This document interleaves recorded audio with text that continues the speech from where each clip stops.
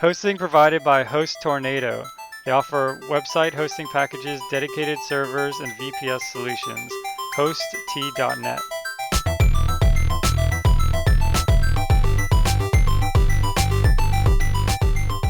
Programming Throwdown, episode 22, LaTeX. Take it away, Patrick.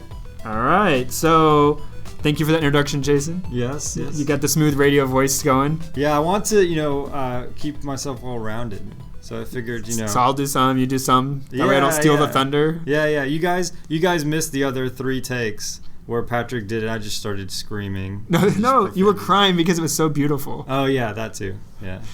All right. Anyways, so I'm behind the times, but I finally decided to upgrade my computer to a new version of Ubuntu. So I actually went to the long-term support one or whatever because I figure I don't really like this. I hate this, so I'm just going to the LDS one. So I went to Precise Pangolin. Yep. Precise Pangolin. Bad idea. Yeah. So, do not like. I wish I could just uninstall. So on my home computer, I've been on Precise Pangolin I was on Precise Pangolin. I'm on 12.10 now, and there's a whole slew of issues there. But yeah, when I switched to Unity, I didn't mind it too much. So I think this is the issue, right? So Unity, this is the new I guess UI kind of name thing and widgets. Replacing GNOME. Okay, yeah. All right. So GNOME is what we had before. And yeah, now we have Unity. I wish we didn't. Yeah. So the whole left bar thing, I don't like. United? No, I feel like they're just trying to be different just to do something different, right? Maybe I'm sure. I don't get into the whole. I'm not really involved in the community very much. I don't really know the backstory, so I'm probably offending a million people here. Yeah, everyone's so. That's okay. Yeah, I don't like it personally. My personal preference is I hate it. So I want my thing at the bottom back or at the top where I can click on each instance of if I have, 5 Chrome windows open or 5, command windows open, whatever it is, I want to be able to switch between them on the taskbar. And it doesn't work for me to not be able to, I feel like it's constantly in my way instead of helping me. Yeah. So I've had it for a while. At first I hated it. Now I've started to like it. There's some things that still drive me crazy, and one of them is, they have the dash, they moved to this dashboard, so you actually have to click on dash home and then type in so if I want Chrome, I click on dash home and then I have to type in Chrome and then it comes up. Whereas before they had that bar at the top that had applications, utilities, and it's effectively this multi-start menu thing going on. But you can push Alt and get that too, right? You can do what? I think if you just tap Alt, it comes up. Really? I think on my computer it does. Maybe that's a setting. I don't know. Maybe. I feel like I did that on mine because every time I Alt tab and then I don't get the tab fast enough, that thing comes up. Oh. So maybe my setting is different. I don't know. Yeah, maybe. Yeah, weird. Maybe that's something too. Maybe I just haven't tweaked in the settings right. So I upgraded also a while ago to the new version of OS X. I don't even know what the names are. Oh, yeah. I'm really bad. It was Mountain Lion for a while. I don't know if it still is. Yes, that's it. Is that it? Mountain Okay. Lion. And they switched the switch. So I skipped one. So I skipped the intermediate. Okay. Maybe. I'm really bad with the names. It's horrible. I should have researched this. It doesn't matter. I went from scrolling normally on the trackpad to scrolling the reverse way. Yeah. I tried it. I'm going to like this. This must be great. And then one day later, I turned it off. Yeah, me too. I'm like, nope. Actually, you lasted a lot longer than I did. I only lasted about an hour. I was like, I can't take it. And so it's funny. I still think about it. So let me just give everyone sort of a mental model for what's happening here. So it used to be that if you put 2 fingers on the pad and you moved your fingers down, you scroll down. If you move them up, you scroll up. And it logically makes sense. But if you think about it in terms of putting your hand physically on a piece of paper and if the touchpad were the screen. Right, exactly. And it was a piece of paper, and you touched it and slid it up, the screen would move down. The paper would, where you're viewing would move lower on the page. Exactly. If you focused your eye on a spot and then you took your fingers, you put them down on a piece of paper and you moved up, that spot, what you're looking at on the page would be lower. So you would actually be scrolling down by moving your fingers up. It's basically like the tablet. That's what happens on the tablet. Yeah. You touch on the screen, and then the words underneath your finger stay underneath your finger. Exactly, yeah. Which is why it makes sense. Yeah. But on my trackpad, because I've been doing it I'm an old person, I don't know what it is. Yeah. Like, people are like, they're making fun of us because they're like, these, oh, those like, people are not old. What are they talking about? Were these crotchety old... No, they're saying the opposite. They're like, those guys aren't old. Anyways, so like scroll. Anyways, yeah, I don't like that. So that's my rant, but the Ubuntu thing I really didn't like. And I mean, there's all sorts of ways to get out from under it. The problem is like when you deviate from this, like you're stuck in this thing. So there's always been like before I was a big Windows user, and I still do use Windows for a lot of stuff. You know, there's like all these shell hack things you can do to like make your computer look different. And that's cool. But then if you go to upgrade the next one, like it doesn't work and you're used to something different. So I feel like I want to stay as close to vanilla default installation as possible because then I don't always have to like reinstall stuff and change stuff. Yep. I used to do this. I used to even when I ran Windows, I used to have like all of these things. Like I had one which like split my desktop into 4 if I wanted it to. I had another one where like the terminal like it was easier to paste. Like if you just right clicked, it pasted instead of having to like do something else. I don't know. But like I made all these tweaks to it and then I updated to, I think it went from XP to 7 and I lost everything and I just said, forget it. I'm not going to waste time. And then the same tools don't work anymore and you can't do that. Or if you go use somebody else's computer, it doesn't work the same. Yeah. I have a friend who's addicted. Well, he's like a zealot for Dvorak keyboards. And like he came over to my house and couldn't even like type an email. It was hilarious. Aww. So I mean, same thing. I've always thought like, oh, I should do this, right? Like it makes the way the QWERTY keyboard is set up is retarded. Like it's literally meant to make you type slower. Yep. And that's why they invented it. And we've probably all heard the story, right? So like, I want to switch, but the problem is like I know if I switch, not every computer, like I don't have complete control over every computer that I use, or I go use somebody else's computer, or somebody, you know, like especially like at work, somebody, like it's rare, but somebody sometimes needs to use, like show me something on the computer or type something in. They can't use it. You know, if I reboot or something updates, like auto updates and like somehow removes it and I boot up and like my password won't work, like it's going to take me forever to figure it out. Like, then you're typing things that don't match your keyboard. I don't know. It should be good and I should do it, I guess.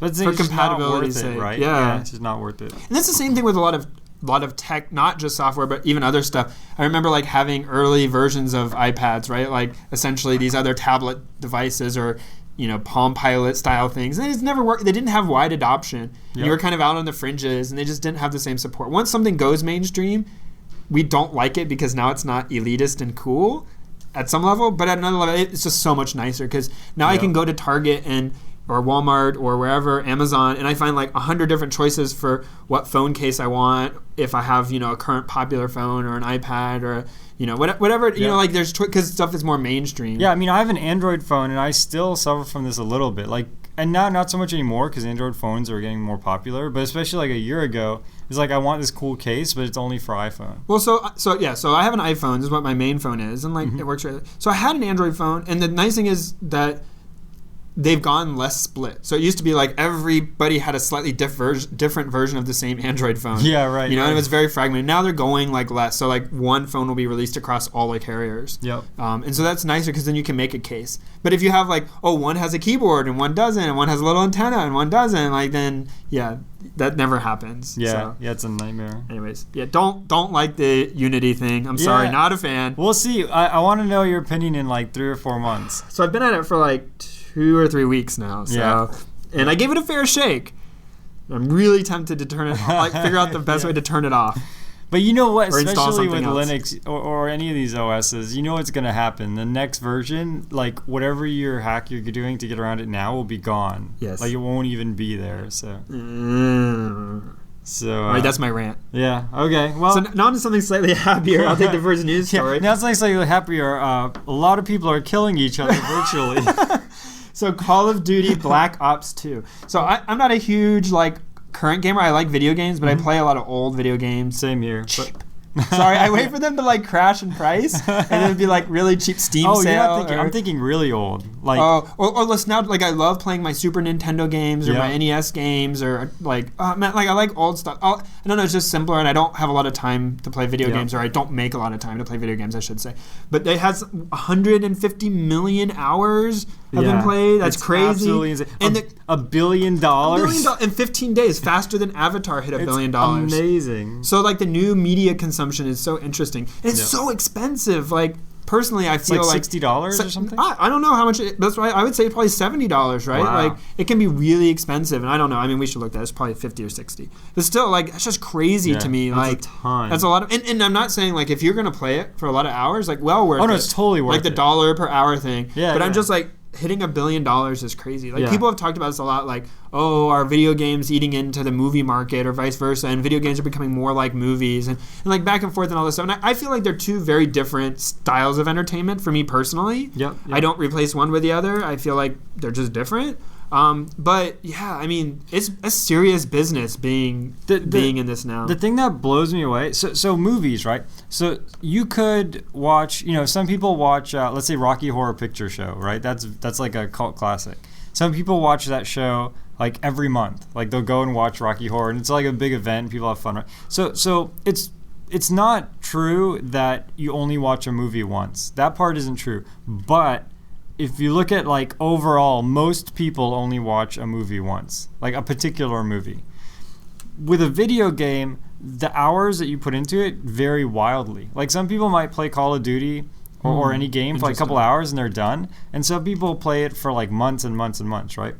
And so this whole like dynamic of sort of like just having this extremely variable mileage that you get out of this entertainment, I think is just fascinating. And then you have this other thing too where some games are like, have this massive budget. Like Call of Duty, I'm sure their budget was in the tens of millions, right?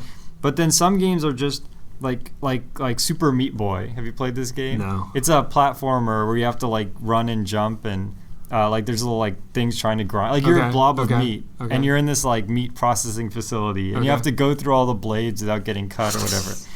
And and it's like one guy made it or two guys made it in their spare time or I guess maybe it was their full-time job. But these two guys made it and it provided me like hundreds of hours of entertainment, like trying to like navigate these mazes and all this stuff.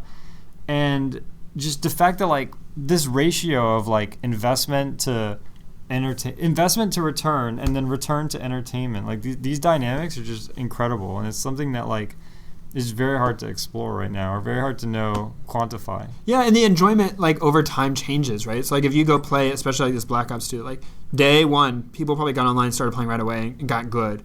Yeah. And then like you jump on like a couple weeks later or whatever, like no, let's see, and then you're like no, like it's bad. And even with matchmaking and all that stuff, like yeah, okay, I mean you can alleviate some of that, but still like, I mean, you don't always have the best. You have to stick with it before it becomes really enjoyable, right? Like before you're at least doing well enough where it's kind of fun. I mean, maybe it's fun before that too for some people. I guess it depends. With the Xbox, they actually have modes. They have a hardcore gamer mode.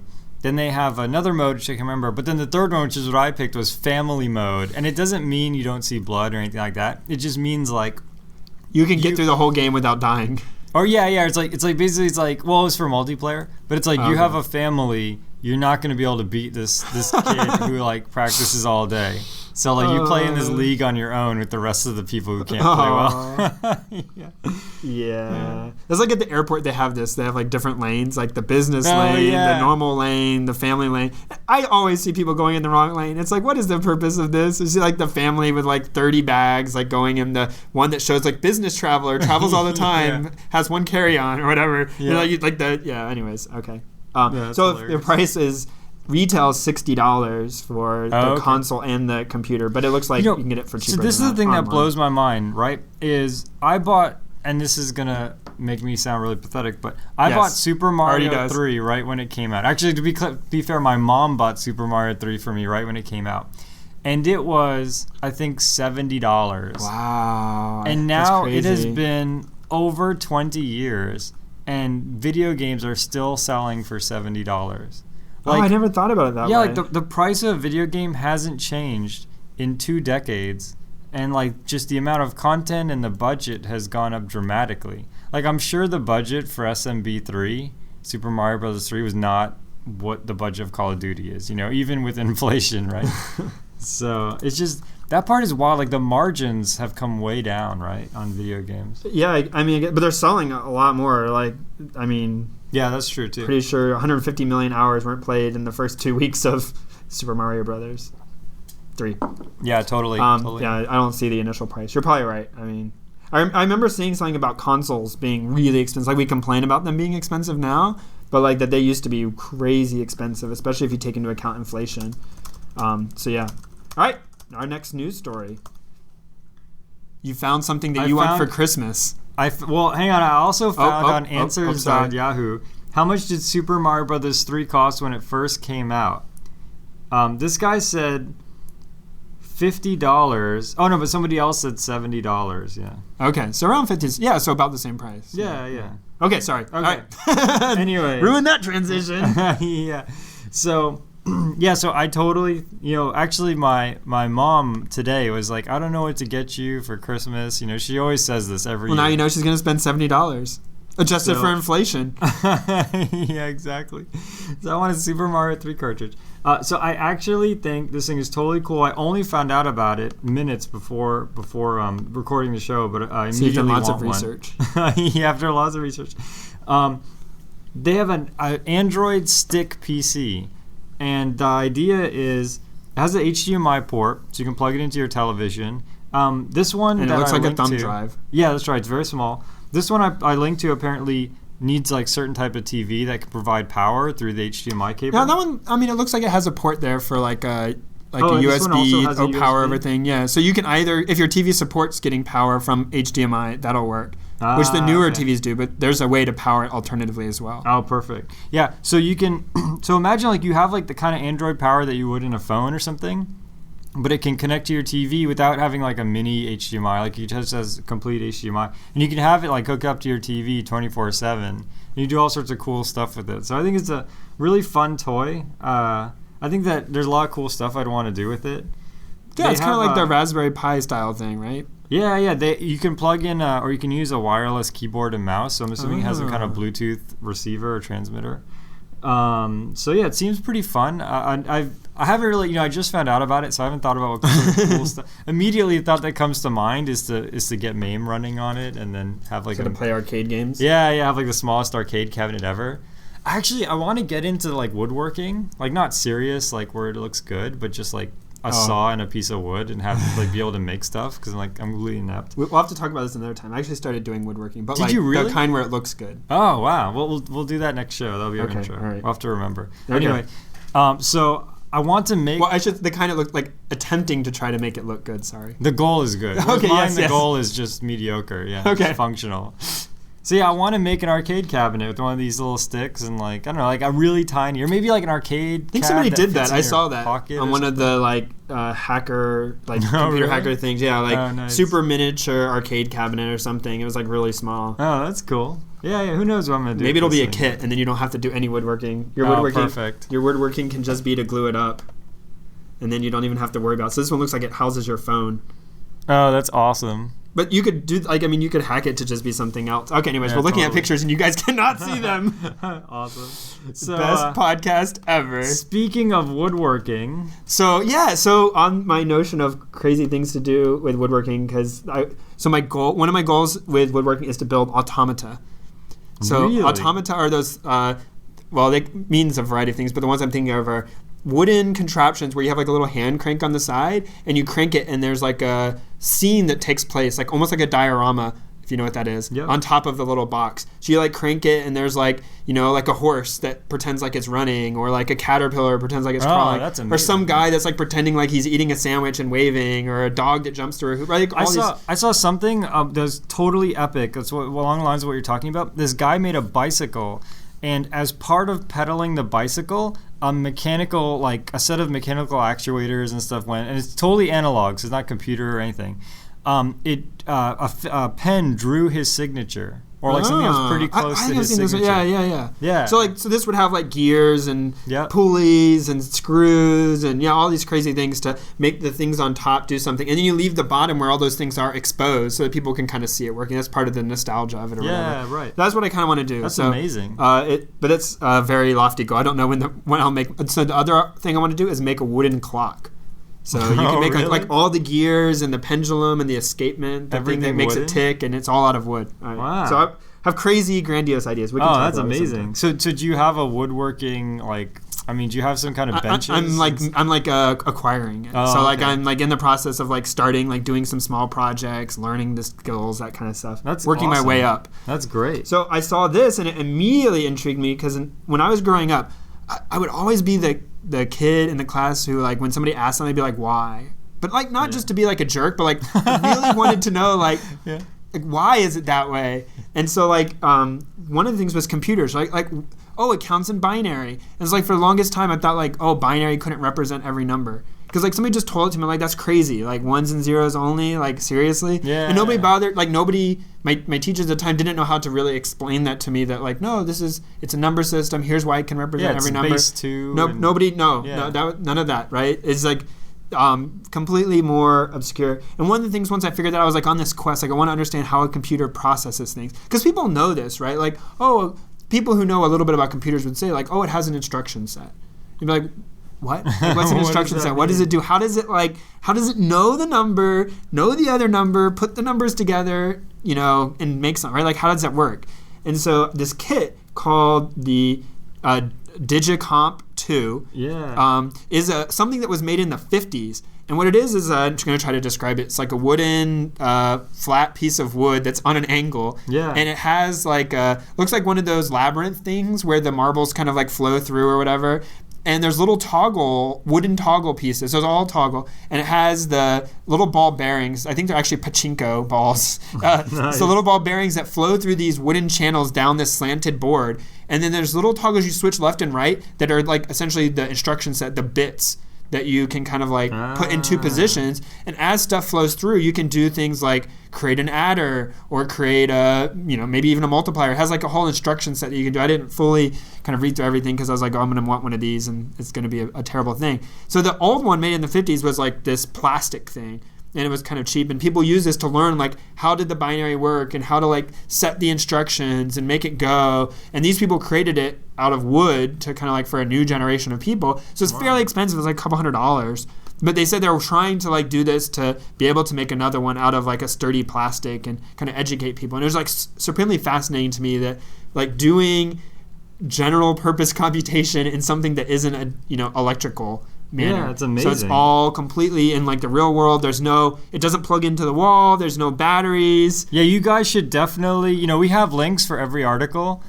This is like a highly visual. You should definitely click on the link and check this out because this is really impressive. I wonder if they have a YouTube video. That would be cool. So I mean, I just kind of like have this like thing like teaching. So I have a daughter now. She's just a year old, but I have like this grandiose vision of like teaching her to program on this thing, right? Yeah, like, yeah, totally. Oh, I'm gonna like just here. This is how you do your instruction set, and here's how you program in the numbers, and here we're gonna learn. Oh, I don't know. Maybe that's probably completely unrealistic. Probably completely just turn her off of like ever wanting to do this. So if you go on YouTube and you type Digicomp 2, but with 2 you do 2 I's. You like the Roman numeral for 2. You'll actually see a video from the evil mad scientist team where they've assembled a gigantic version. Oh, it looks like they're using pool balls. Yeah, in this case they're using 8 balls. That's crazy. And they have an absolutely gigantic. And I'm assuming, at some point they'll show you. So you can set the instructions. And so this is where they're setting the numbers that they're going to operate on. Yep. And then they're going to turn it on, and then the balls will begin to flow through. And then the one of the operands will turn into the answer. Right, so things will switch position, and then when it's done, you can read it, and the computation is performed. That is amazing. How do they know how many balls, like how many cycles? So I think typically they actually ask it. So it depends on exactly what instruction is being said, but they said typically 30. So when it finishes, I think essentially there's a ball that hits the off switch and stops the flow of balls at the right time. And then, so it's like only kind of like one, as like each ball flows through, it kind of triggers the next ball to come through. Next ball. Right. So eventually when the operation is finished, that no longer happens.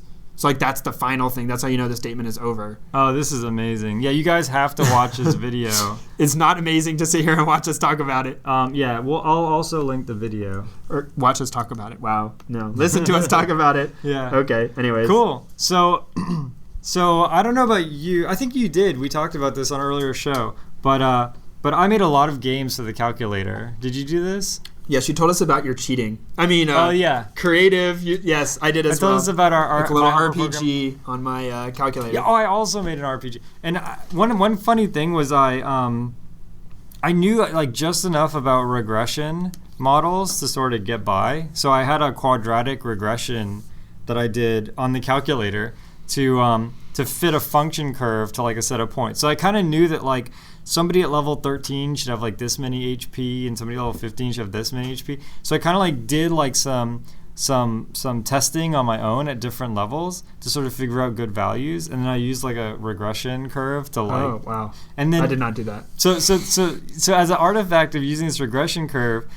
the levels and everything, even the monsters levels, could go up to infinity because it would just like follow the curve. And so I had people like classmates of mine saying, dude, once you get to level like 57, this game's impossible. And I'm like, I only designed for it to go to like 13. He's like, at first I was fighting like, and I used also the text, like chromantic meant like 5 times the level, you know? So he's like, I was fighting like chromantic, like insane, like hardcore black dragons, and all of a sudden I was fighting random characters. Because I like couldn't generate the name for these guys, and he's like, and then the game got impossible. You need to fix it. I was like, how many hours did you spend? He's like, I don't know, like hundreds. But yeah, so and then you filed a bug report against your code, right? Yeah, exactly. Yeah, I'm like, I'm 13. So and then he threw it in the trash can. Yeah, he just filed a bug report against my face. So somebody actually made a clone of or a game inspired by Portal on their calculator, on their graphing calculator. And so it looks pretty awesome. You can you actually have 8 directional controls. So I'm assuming he's using like the keypad to shoot the laser, and then maybe the left right. A portal gun. What's it called? Oh right, the portal gun, and then the left right to move around. But yeah, you should see this. It's pretty awesome. If you're a fan of like, if you have a graphing calculator, you could probably get this on there somehow. So it's all written in TI Basic, and it's. I think there's a. Does he have a web version? Oh no, I don't think so. So it runs on the TI-83 or the TI-84. Okay. I believe the TI-83 and the TI, shameless plug here, and the TI-84 are emulated by Mess.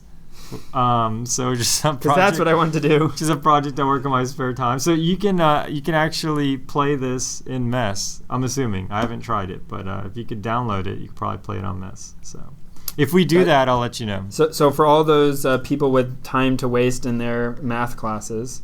Yeah, totally. This is we way expect better. This from you. This is way better than TI Mario, which is what I remember from my high school classes.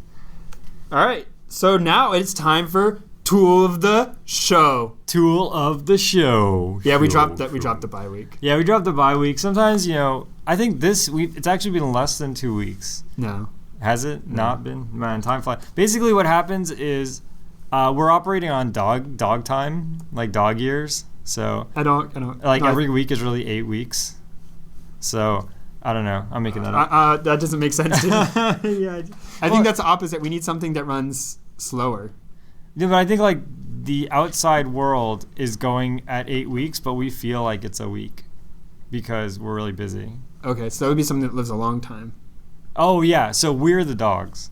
What? I don't know. Stop. This is going downhill. So the tool of the show. My tool of the show is. He said all that to say we're really busy and we're sorry we don't get these out more often. Yeah, definitely. I want to try and keep it more regular. So we're going to try to keep it on a 2-week schedule, but it's pretty erratic right now. So Cocos 2D and Cocos 2D HTML5. These are my tools of the show. Like hot cocoa? Very much so. They're both Cocos. steaming hot, and so okay, a little bit of history here. So it started off as Cocos 2D, which was a Python game library for programming on the desktop. And then when the iPhone came out, they made Cocos 2D iPhone, which was written in Objective-C for the iPhone, but it had a very similar API, and a lot of the functions, a lot of the things you could do were the same. That got really popular. It became like the #1 game development environment for iPhone for a long time. They made a Cocos 2D Android. There's a whole bunch of Cocos 2D everything. then somebody had this genius idea, and the genius idea is you can run JavaScript on iPhone because you can compile the JavaScript interpreter on the iPhone. Okay. And yeah, you can run JavaScript on iPhone. You can run JavaScript on Android, and you can run JavaScript on the browser, obviously. So we just make a system or a set of like a framework so that you write your code in JavaScript and it'll run on the browser, the Android, the iPhone, and like 10 other things, all for free. And that's what Cocos 2D-X is. And so it's pretty awesome. I mean, one of the cool things about it is you can write in Cocos 2D HTML5 and you can test and do all your testing and development on the desktop. In the browser. Yep, in the browser window. You can show it to your friends. You can be like, hey, go to mycoolwebpage.com and check out my game or whatever. So they can play it, Once you've sort of got like, a prototype and something that you feel pretty, confident about, then you can just go to the iPhone or Android backends, and most of it just works. Nice. Yeah, so you'll have to change the UI, obviously, because you're going from a mouse to a touchscreen. So you might have to change some stuff there, but the vast majority of the code stays the same, which is totally awesome. So highly recommended if you want to do any game programming on mobile. Very cool. Yeah. I have another non-open source tool. Surprise! Ding, ding, ding, ding. All right, so mine is Snapseed.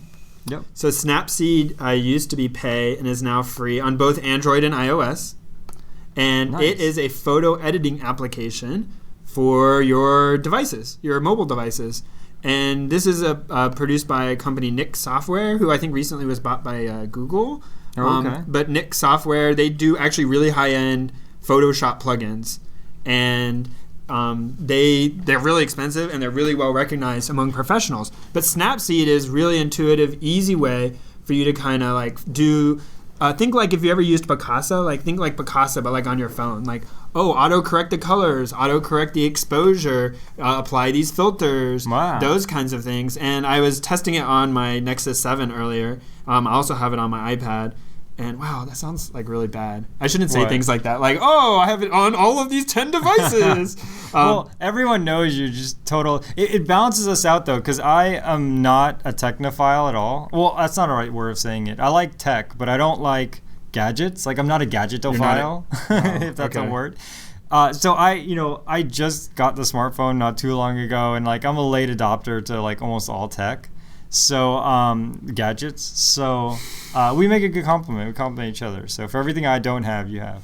Oh, it's not actually showing. I was trying to show Jason, but it's not. So wait, what are you trying to do? So this is like I have a picture here open. This is gonna be really boring to everybody. So you can just apply things, and you drag left and right that's to cool. adjust. Change the brightness. Up and down to select what you're adjusting. So here I'm adding more grain to make it look like film. So he's showing me a picture Unless- of his daughter that is just turning into like a zombie with all these crazy effects. It's kind of weirding me out. Sorry, don't offend. I'm offended. You're making fun of my daughter. No, that looks really cool though. Can you do like, so one common thing that I want to do in pictures is blur out like my license plate, let's say. Like, so for example, I took a Do picture. I want to ask why you want to blur stuff out in all your pictures? So People know anyways, how to I don't make know. pictures. We can look into that. I don't know. Like I took a picture of the back of my car to show I was carrying some really heavy things in my car. And they were like sticking out the top of the car. And I wanted to blur the license plate of the car in the picture. And so will this do that kind of thing too? Maybe, or? I don't know. Oh, I haven't okay. looked at that. That's very specific. I don't know. This Yeah, does yeah. like general correcting and color correction, that kind of stuff. So it works really well. It's really intuitive. It's one of those things where instead of just porting the phone version or the desktop version, and like they really tried to go a little bit farther with the interface and make it more intuitive about what you're supposed to do and how to do it. And check it out. I mean, it's free, right? Like can't be that terrible if you can check it out for free.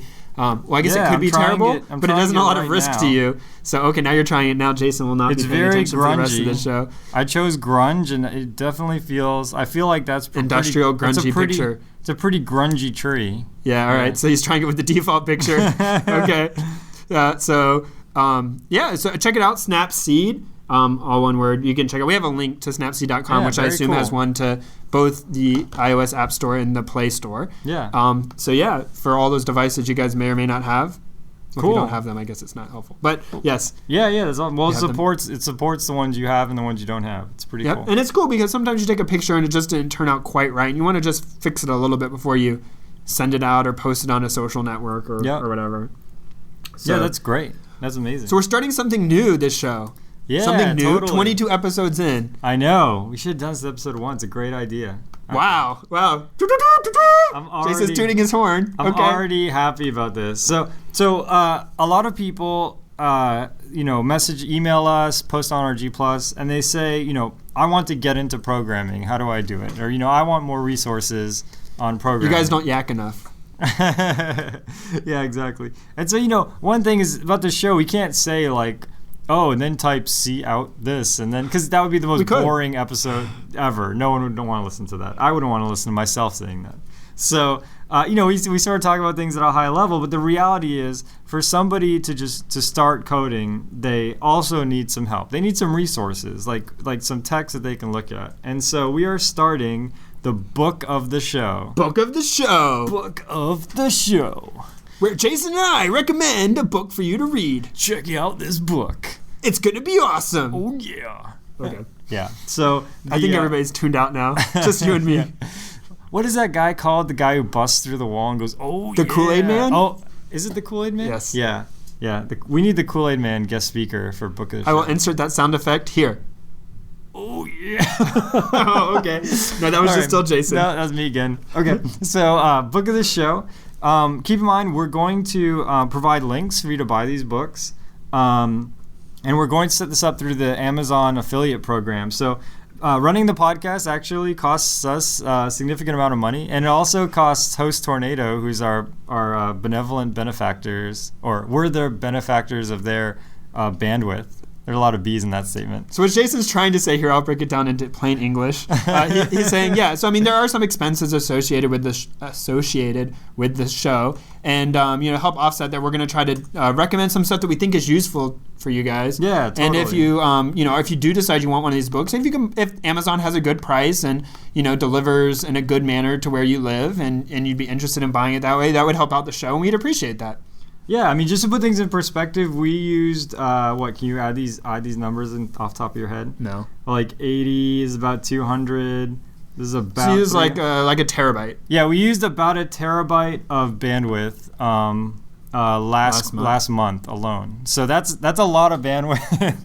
And so so if you are going to buy these books, if you're interested, please help us out. Buy them through the Amazon link that we provide. That would be awesome. So, but in general, we're going to recommend these books if they have them at your library and you want to get them that way. I mean, that's totally cool, right? Like these are things that we think are like good resources in general for you to consider looking at. Yeah, we're not gonna shill you either. Like, we're not gonna just recommend anything. Like, if we don't have a book, we won't recommend it, and we're only gonna recommend books that we've at least read most of. So yes, and we know are good. So, anyways, without any further ado, my first book of the show is Algorithms in C++ by Robert Sedgwick. This book got me all through college. It's an amazing book. So it does algorithms in C++, but if you're like a Python or a Java coder, you shouldn't worry. You'll have to learn basic, C++ to know what's going on, but that shouldn't be too bad. And the nice thing about C++ is there's no hidden complexity. So, if he did algorithms in Java, and I think actually there is an algorithms in Java book, and they are pretty good about not doing this, but you could see the case where someone's like, there's a for loop, and so because of that, it takes n time because you have a for loop. But the reality is inside that for loop, you're calling some Java function like collections.sort, which takes, n log n, right? So some languages that have a lot of, as we say, batteries included can sort of hide the complexity, which is nice, but in this case is bad. So by using I think C++, most algorithms books are pretty good about not doing that because that kind of obscures what you're trying to learn. Yep, totally. But this algorithms in C++, C++ is a good language for doing this kind of stuff in. And he goes through the code pretty thoroughly. Has many different categories. I think there's one book where the whole book is just graph theory. This is 5 books. Oh, that's right. So it's actually, it's confusing. It's 2 books, but one book has parts 1 through 5 in it, or 1 through 4 in it, and the second book has part 5. So a little confusing. Wow. Okay, that's not a little confusing, dude. That's very confusing. Yeah, it's very confusing. So confusion aside, the book is totally worth it, even then. So I actually realized we should have done a different book based on our topic today, but we'll save that for another day. You could. No, that's change. okay. It's all right. No, I like mine. All right. You're gonna steal it if I don't do it. Okay. So what's your book of the show? My book of the show, which I'm not changing because I like it. Despite this book is awesome. Actually, we've both read this book, and it's very good. So this is good. So Jason did something algorithms. I mean, that's very technical. That's very high level. So something else, which I think sometimes people think is a very complicated topic, but it's really not. It's kind of one of those things where so algorithms are something where you wouldn't necessarily think to do that on your own. I mean, if you're really smart, maybe you would. And maybe some of the algorithms are kind of like a natural outcropping of something you would already do, and it's just formalizing. But it really is like aha moments. Like, I didn't know, like that's how you would find the distance to the closest thing in the graph, or the shortest path between 2 points, nodes in a graph, right? Like those kind of things you could sit down and work out something, but it is really teaching you the formalization of it and also new techniques. Yeah, like often you might have some problem and there's some brute force way to solve anything, right? So pretty much almost any problem, there's some brute force way to solve it that's really easy to code up. But it'll take, Forever. years and years to run. Yeah, and that's when you really need algorithms. But the book you're going to present, you always need. Yeah, so this is Headfirst Design Patterns. Yep. So Headfirst Design, and we'll have a link in the show notes. And so design patterns, we've been asked about a little bit. Maybe we'll do it in a show. But I mean, design patterns, a lot of them, like when I first heard it, I was like, whoa, like this sounds crazy. And people talk about it like revolutionizing the way they do coding. And I mean, I don't mean to say those people are wrong or discount them. I mean, it could be, and it was in some way for me that, like, it was able to teach me to recognize things in my code that I was doing and I wasn't aware of. Yep. Change them slightly to make them more kind of generally accepted approach, or refine them slightly. But what it is design patterns is really kind of finding common themes and things you need to do in your code. Yep. And formalizing them, saying like, hey, here's a really good way to do this. So, kind of the most common one people think about is, at least I think most people think about, is a singleton. Yep. So that's the first one you learn about. What is a singleton? And then if you hear about this concept and you don't understand the structure of it, you kind of use it incorrectly. And people are kind of like, oh, this is really clever. Like, I learned this slight coding trick that most languages have to do it, and then I use it as a way to kind of do naughty things that I wasn't supposed to do in other ways. Yeah. But Headfirst Design Pattern will go through. It goes through singleton. It goes through, publisher subscriber, I believe, is in there. There's all sorts of the decorator pattern. What are these things? What do they mean? Kind of taking object-oriented a little bit farther and saying like, hey, let's formalize some of those structures, provide a common way to do them, what they're good for, what they're bad for. And the book is really interesting to read. Like, it's actually of programming books are normally very cut and dry and like, oh, this feels like reading a textbook. This one's not like that. The examples are very fun, kind of like loose ways. Like, oh, I want to have a pizza shop, and I want to people be able to create new kinds of pizza in my program, right? Yep. These kinds of things, very easy, very real life kind of things, and lots of little pictures and drawings, and kind of it doesn't teach you that very, very in-depth, deep read, but it's a very easy read. So you can get through it, you can get an idea, and then say like, do I want to go further from here? What do I want to look up? What do I want to consider? Yep, and it's got that little bit of that. I don't know what the art style is, but sort of like the you know how you'd see like Rosie the welder or whatever, right? Like from the 50s. Like okay. Yeah, where she's like there's like just pictures of Rosie, and then she's saying some quote. That was Rosie the Riveter. Oh, you're right. Rosie what did I say? Rosie the welder. So Rosie the Riveter. So it's like a picture of Rosie, and she's like, be tough, girls, or whatever. And so they have this same kind of art style. Like, they have this guy who's just like, coding is totally cool. And he's just like, but it's like a picture, like black and white picture of this guy. Yeah, I mean, it's a little, they don't take themselves too seriously. Yeah, which I think is great. I actually really like the so, there's a whole style. series, this Headfirst stuff, and a lot of it is really good. I've read some of them, a lot of it I haven't. And the cover has a woman with a gigantic head. Well, yeah, because it is a strange picture. I always thought that was kind of weird. But it's because it's head first. Oh! That's one of those things that, like, once you find out that you didn't get it, you feel really dumb. It's head first, and it's a woman with a gigantic head, of course. Okay. Anyways, so yeah, check it out. I like it. I've read it. Yeah, it's a great book. Yeah. I mean, it's not going to probably get you through a design pattern class in school, but it's going to introduce the topic to you, provide a jumping off point. And like I said, it's an easy read, which is rare in computer science and books. It's good to formalize these things. So, for example, I played a lot of chess, and then eventually I got to the point where I went to like a chess school where someone taught me a lot of chess, like because I was playing. Yeah, I actually won the Florida State Championship. Nice. I was like 17. That. Yeah. So then it's like because you didn't have to play me. Oh, So there were things that I did, but I didn't really know. I didn't really know them formally. Like, for example, there's something in chess called pinning, where you have like a piece that could like hit the enemy's king, like could get a checkmate, but there's a piece in the way. Like one of the opponent's pieces is keeping you from checkmating, right? Or from checking the king. Well, that piece is like pinned. Like if he moves the piece, then you would take his king in theory, right, and win the game.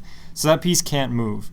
And so there's things you can do. Like you can move to where that piece would have attacked because it can't move, for example.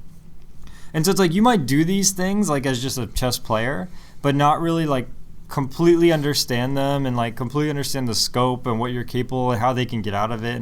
And so when I got like formal training in chess, it like improved dramatically, like over just things I was doing on my own.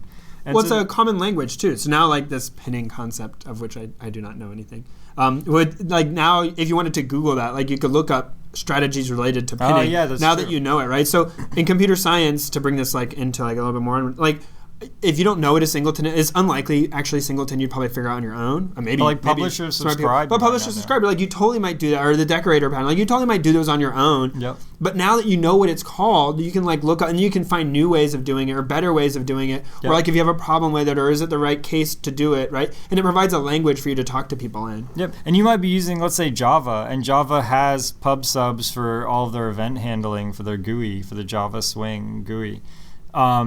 You by knowing the design pattern and knowing that's what, so you could immediately look at that and say, oh, this is what Java's doing, and sort of in like what is going on under the covers, because like they're probably using the design pattern. Yeah. And then design patterns can have many forms of implementations, but again, they're just their patterns. And there's also anti-patterns, which are also design patterns, but they're ones you probably shouldn't be using. Yeah, right. So like, spaghetti code, like we've heard that term. Like, yeah. Okay, that's a design pattern. It's very common, but it's actually a bad one. Like you shouldn't do that. Right. Yep. So, all right, time for our talk about LaTeX. And tech. It's not LaTeX or text. Yeah, I won't lie. Until I was preparing for the show, I always called it LaTeX. I actually called it LaTeX until my advisor criticized me. He's like, no, it's LaTeX. And so I kind of feel like I know that's what I guess is the common way or the accepted way, but it's kind of one of those things like it's a word you don't really hear said. You just read it. And the thing is, especially with not so much with tech, but even with tech, like you have Tex-Mex food, right? Yeah. Or like you have latex gloves, right? Right. So like you're used to using the word a different way or saying the word a different way. So spelling pronunciation. So it's because tau, epsilon, chi, right, which are Greek letters, is what tech is spelled as, and they're kind of, if you ever see it written, it's written and it looks slightly funny. Yeah. And that's because it's trying to be show the typography capabilities of being able to write, for instance, Greek letters. Yep. in your stuff. So who wrote the original tech? Donald Knuth. I think I already said this story once, but it was many episodes ago. But I go to the same optometrist as Donald Knuth. Did I tell you? Yes, I think you did. I still have yet to see him. So I've been to optometrist. I see what you did there. Totally not intentional. I've yet to see him. Yeah, I just keep seeing spots in front of my eyes. No Donald. So I actually think it's Knuth as well. While we're on this topic. Okay. That's what the pronunciation key says. Knuth. Okay. But so if you ever see him at the optometrist, I don't think he could see me. No, I'm just kidding. But Donald Knuth is rather old. But 74. 74 years old. Oh, we shouldn't talk about people's age. That's not polite. Well, he's a public figure. Okay. If Wikipedia could do it, we could do it. That should be the new rule on the show. That's a very dangerous rule. Yep. So yeah, tech was written by Donald Knuth. Who was a math professor, I believe. I mean, he's known for his computer science contributions, but I think he originally started off in math. All right, and so I mean, he was upset. He was writing a book, a kind of famous set of books, Art of Computer Programming, and he was disappointed when he was trying to actually do the second revision of his code with the current technology for printing books, typesetting. right? So, way back in the day with Gutenberg, you would have like little letters which were like carved and you could move them. And that was the movable type printing press. So you could take the block that had the letter carved on it in a specific way and you could move them around to change for each page. And you would bring that whole shelf of letters onto the paper and they would print it, right? Yep. So, but I mean, it was a long time before we kind of got to where that wasn't the way things were done anymore. Yep. Because, I mean, you really require computers to be able to do something digitally to kind of shape the letters or put them on a disk or image it or project it and that was a relatively modern invention. Mm-hmm. Yep. Yeah, so he was dissatisfied with the, so one thing with the computers is, like, I mean, you've all seen those like old terminals now that you see them in the cash registers as like DOS terminals with like the DOS box art where it's like they've made art out of little characters. Yes. So I mean, computers clearly didn't have the flexibility as these printing presses where you could like, if you wanted to do a subscript, you could just take a smaller number and just put it there because like everything was sort of floating in a sense. So he was dissatisfied with this and he wrote TeX as a way to formally describe, exactly the typography that he wanted with, superscripts and subscripts and all sorts of, formula and things like that. So, and then after TeX, somebody started writing macros for TeX, as you do with any language, right? As the language grows up, like most of C++ is written in C++. We've talked about this. Bootstrapping. Yeah, bootstrapping. So people have written a lot of TeX macros to simplify their life, and they'd written so many that it got compiled into something that is now its own program, which is essentially TeX with all these macros, and that's called LaTeX. LaTeX. La. And LaTeX is called so because it was made by Leslie Lamport. So he decided to prepend the first two letters of his last name, called LaTeX. Guess that's your privilege if you if you make such a large contribution. Yeah, definitely. So I mean, people may not have ever used this before. So it's like me, like I've heard about this a lot. I haven't very, very rarely used it, and people just think like, oh, this is like Word. So and it's like, well, kind of. Part of what Word does is related to this. Yep. Yeah. So, one thing that really separates us from Word is, Microsoft Word and like similar products, they call them WYSIWYG, which means what you see is what you get. And so, with Word, as you're sort of typing and you put an image, you drag the image into your Word doc and it's there, right? Like you see the image. You do different things, like you create a formula and there's a little formula, Microsoft formula editor, and when you're done the formula's there like in the page, and you expect when you print it to look like it does on the screen. Right. TeX is not like that. TeX is what you see is what you mean, which is I don't know if that's a cop-out or but so TeX is really a programming language, and the idea is you program your document. And so, for example, the biggest way in which this is noticeable is with figures. So the way TeX works is you have what's called a reference to a figure. So you might say, like, you might be talking about a figure in a document, and then in parentheses you might say C, and then in the TeX code you do /ref figure 1. So and then it'll actually change that to C figure 1, right? But you can actually in TeX put all of your figures at the bottom of your source file. Like, you could be writing a 300-page book and write all 300 pages of this TeX source code, and then at the bottom have 3 pages of just images. And TeX will put your images in the right spot based on your references. So it's a very different paradigm, and in some ways you're kind of at the mercy of the TeX compiler, although there are like directives you can give it if you really want something a certain way.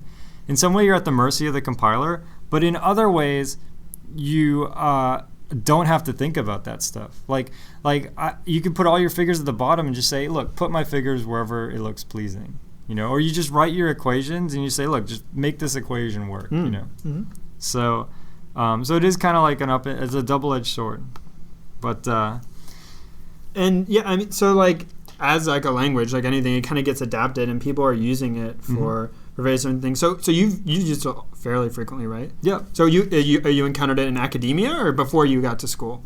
Academia, yeah. Okay, So, all right. so almost all academic conferences want you, or even textbooks, things like that, want you to write in LaTeX or Tech.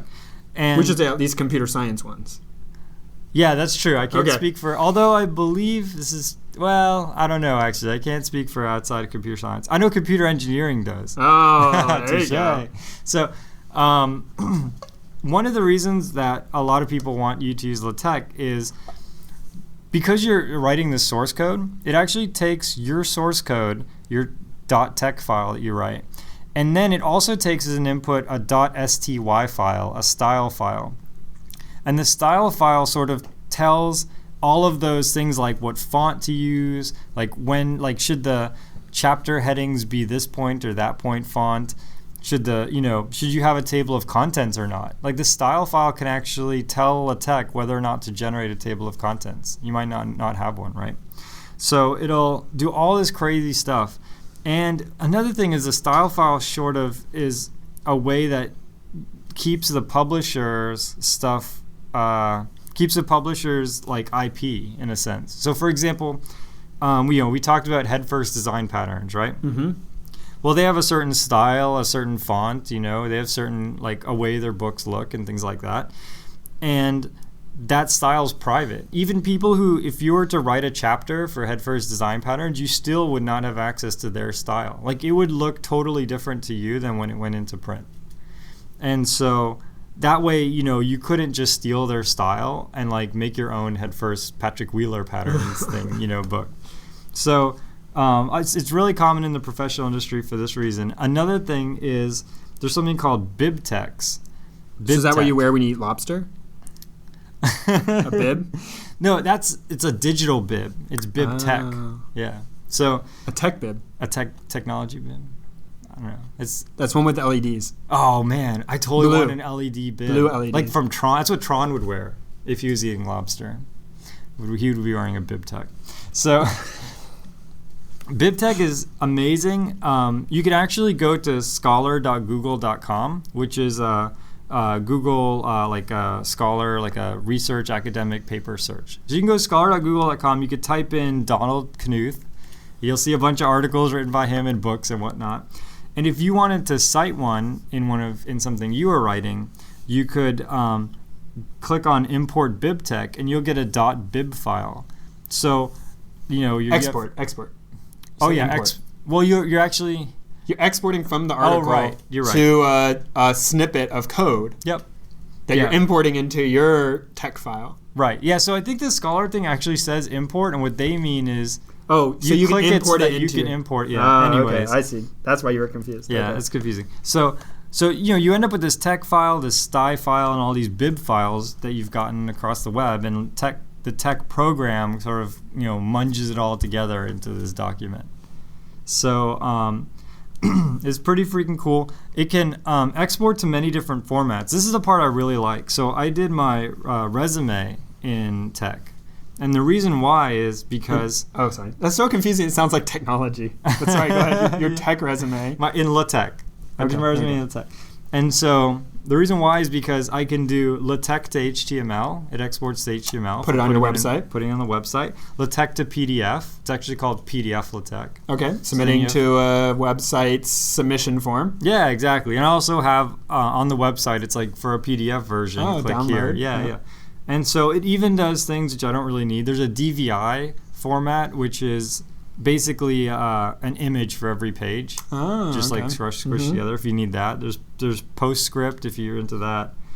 So it has support for many different formats, which is pretty awesome. So this is pretty flexible, and it kind of is right up our alley as like programmers, right? This is similar to writing HTML and CSS. Yeah, totally. So you kind of write your markup for what you want to type, and you don't worry about all this other stuff. Yeah, exactly. And then you can kind of worry about formatting as a separate process. Yeah, that's a perfect analogy. It's just like that. Yeah. So, and then that way later on, if you decide, I totally want to change the look and feel of my website, but I don't want to have to like redo all the HTML and JavaScript. Well, you just change your CSS file. So this is the same kind of thing. Like you can actually have a paper that you submit to one conference or that you put on your website.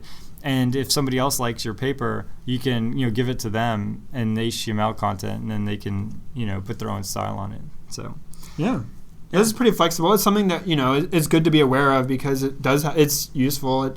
It's kind of one of those, like, as a programming topic, it's not like, is it a dynamically typed language? Yeah, that's right. Like, we're not getting into those kind of discussions. It is Turing complete. Okay. I'm sure that's not pretty code to look at. Yeah. Maybe we'll have to get back into some where we're talking about a lot of those kind of deep topics. Yeah. But this is something that's definitely helpful because people writing resumes, people writing any sort of, text to practice with this and to kind of learn it and understand that it's out there. If you see it on somewhere, you'll know what it means. Yep. I think the biggest use case is going to be resumes. So, other than people who have to write, conference papers and things for school, but, if you're going to do your resume, I highly recommend that you use LaTeX. And we'll talk about a little later some tools which will make it easy. But actually, later is now. Okay, later is now? All right, it is. Some tools that make this easy when you're ready to write in LaTeX. Yeah. So, I use LaTeX, which is, it sounds dirtier than it is, but wait, it didn't sound dirty. LaTeX. It didn't sound dirty. Now it does. Now I gave everyone the mental image. Okay, so LaTeX, LYX, you dirty people out there. LaTeX is a WYSIWYG editor that supports LaTeX. Wait, I thought you said it wasn't exports WYSIWYG. to LaTeX. No, this is WYSIWYG. Oh. So this is the cool thing. So LaTeX looks and feels like Microsoft Word. Mm-hmm. But then it exports to text, which is pretty awesome. And, of course, they did the thing where you can give it an installation of LaTeX, and it'll do the whole thing. Like, it'll go straight to PDF, HTML, all these things. So LaTeX also kind of wraps up this idea, like these algorithms for actually doing, like, justification and what should go into the new line and how stuff should be rendered. That kind of rendering. It's not only just the language and the style, but also this rendering to kind of call it an image, right? Like PDF or this DVI, like as an image, right? Like how many letters should be on each line? What should the font look like? It handles that as well. Yeah, totally. And it handles the placement of images, on the page. Right. You'll know to like move an image to the next page, all that stuff. So it's even more clever than that. It will actually, if you have one line by itself on a page, it'll move it to the next page. So you don't have what's called an orphan line on a page. So it does all these like really clever things that, like, if you're doing it in Word, you'd have to manually do it, like, hit enter a few times, right? It just does that for you, which is pretty clever. So yeah, you could write your resume in LaTeX using like the LaTeX, WYSIWYG editor and get it to look kind of how you want. And then you just, with a couple of clicks, it goes to HTML and it goes to PDF. And, you could do this in Word. Like, Word actually exports to HTML. But the HTML that Word generates is complete garbage. And it's because Word doesn't have this decoupled, Like, when you export LaTeX to HTML, you have your source code, which it creates like an HTML file for. And then you have your style that turns into a CSS file. Like, it naturally flows from one to the other. If you've ever exported from Word to HTML, it is just like the most god-awful like thing you've ever seen in your life. Like, it's just, you could tell the machine generated. It's just complete garbage. So do your resume in LaTeX and you will be well rewarded. You will be able to put your resume on your website and it will look awesome. So I assume it's also able to do the whole like view source and then, like edit your LaTeX file directly. So if you can't figure out what button combination to push to make this thing do this. Yeah, so it's a little bit trickier than that. What you can do is you can do view source, and I'll show you what it looks like. But if you want to manually put in tech code, you have to actually go to insert and say insert like tech code. So you can manually put tech code, but it'll actually let you do anything tech will do. And it'll actually, when you're creating functions and things like that, like mathematical functions, it'll let you write tech code there. Oh, okay. So yeah, it's pretty freaking cool. So I have not used this a lot, so I will not have any tools.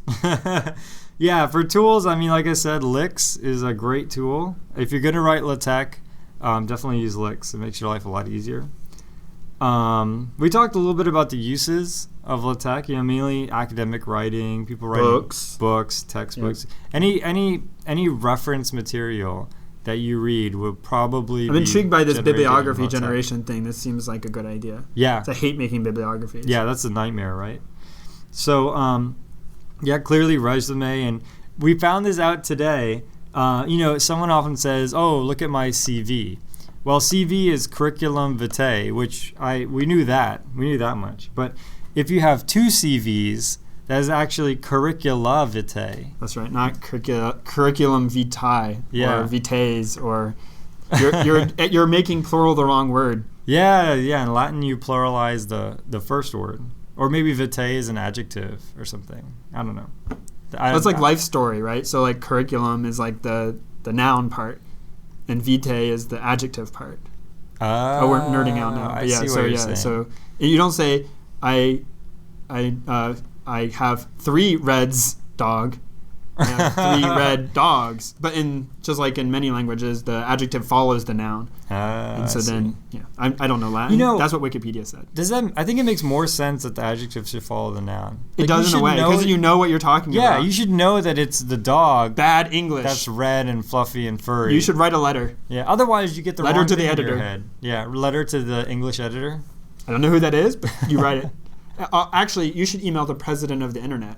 Oh. And then the president of the internet could help you find who the president of English is. There you go. Totally. Maybe I'll email the inventor of the internet, because that's a person who I know, Al Gore, right? Didn't Al Gore know Al Gore? No, but I know that he invented. Oh, you just know his name. Okay, so you can start there. Okay. I think we're definitely out of time now. Okay. So, any parting words? No. Check out our book. Recommendations? We this is our first book recommendation, so we purposely chose one that we believe strongly is a good book. So we chose 2. I like that you chose one. We each chose one. Oh, okay. That's what I meant. Yeah. So we chose one book that really mattered, and then we chose Head versus Dime Pattern. Oh, people are gonna get the wrong idea, man. No, both of these books are amazing. And so thanks for listening to the show. Thanks for, we complained about it using a terabyte of bandwidth last month, but it's amazing. It's great that we have that many people listening to the show. That's right. Keep listening. Yeah. And we won't turn this into an advertisement palooza. Oh, no, it won't be like that at all. Like I said, we generally believe in these books. And the other thing is, the next show we're going to do is definitely going to be a real programming topic that I know a lot of people will be interested in. So okay. We've done the mailbag. Now we did LaTeX. So you kind of hardcore. We want hardcore programming. Yeah. Show off. Next time for us to show off our programming chops. Next time we're going to show some pretty awesome stuff. All right. Well, till next time. All right. See you guys later. The intro music is Axo by Binar Pilot. Programming Throwdown is distributed under a Creative Commons Attribution Share Alike 2.0 license. You're free to share, copy, distribute, transmit the work, to remix, adapt the work, but you must provide attribution to Patrick and I, and share alike in kind.